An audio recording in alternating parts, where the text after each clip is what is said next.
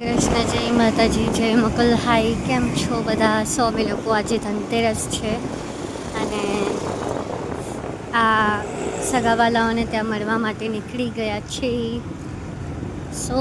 શિયાળો તો ભલે હજુ નથી આવ્યો, પણ ગરમી જાણે હજુ નથી ગઈ ને એવી હાલત એવું લાગે છે.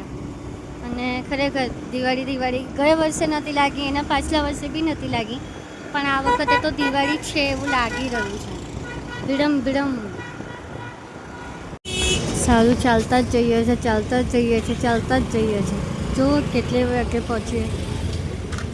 અને અમે લોકો સીમા કાકીના ઘરે આવી ગયા છે અને ગાડી બહાર મૂકવાનું થઈ ગયું, બિકોઝ આવતી નથી. અહીંયા સોસાયટીમાં નિયમ થઈ ગયો છે.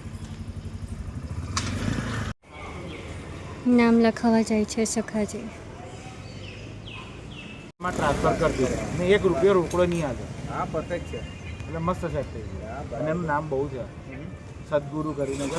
બીજા ઘરે આવી ગયા છે દિવાળી માટે. આઈ થિંક આજ ઘર લાગે છે, પણ અમે ગયા વર્ષે આવ્યા હતા. મામાના ઘરેથી નીકળી ગયા છે અને ટ્રાફિકમાં ઊભા રહ્યા છે. આખો દિવસ ક્યાં નીકળી ગયો ને એ ખરેખર ખબર નહીં પડી અમને. સાથે અમને કમળના ફૂલ દેખાયા છે, એટલે લક્ષ્મી પૂજન માટે લેવા માટે ઊભા રહ્યા છે. જોડે જોડે શાકભાજી પણ લઈ લીધું છે. મોડું થઈ રહ્યું છે, પણ લેવું જરૂરી હતું. ફાઇનલી અમે લોકો ઘરે આવી ગયા છે. બાપરે, દીદાર તો જોવો કેવા થઈ ગયા છે. અઘરું છે સખાજી.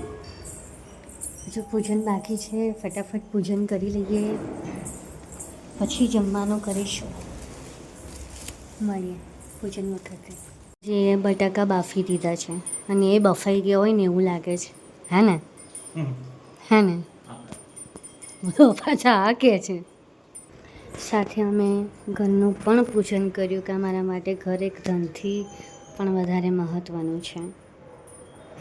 Thank you house. સખાજી બટાકાવાળા કેવા લાગ્યા? હું ખરેખર વિડીયો ઉતારું છું ફેસબુક પર, યુટ્યુબ પર. તો હેપી ધનતેરસ કહી દો બધાને.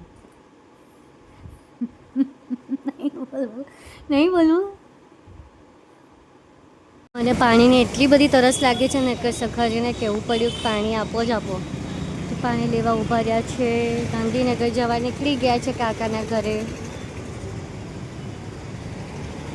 ખબર નહીં, ઉભા જોઈ લો. 14 ને 13 થઈ છે. અમે લોકો વિપુલ કાકાના ઘરે આવી ગયા છે ગાંધીનગર. બાપરે, 1.5 કલાક થયો અમને. હાલત ખરાબ થઈ ગઈ. અમે લોકો નીકળી ગયા છીએ પાછા જવા માટે.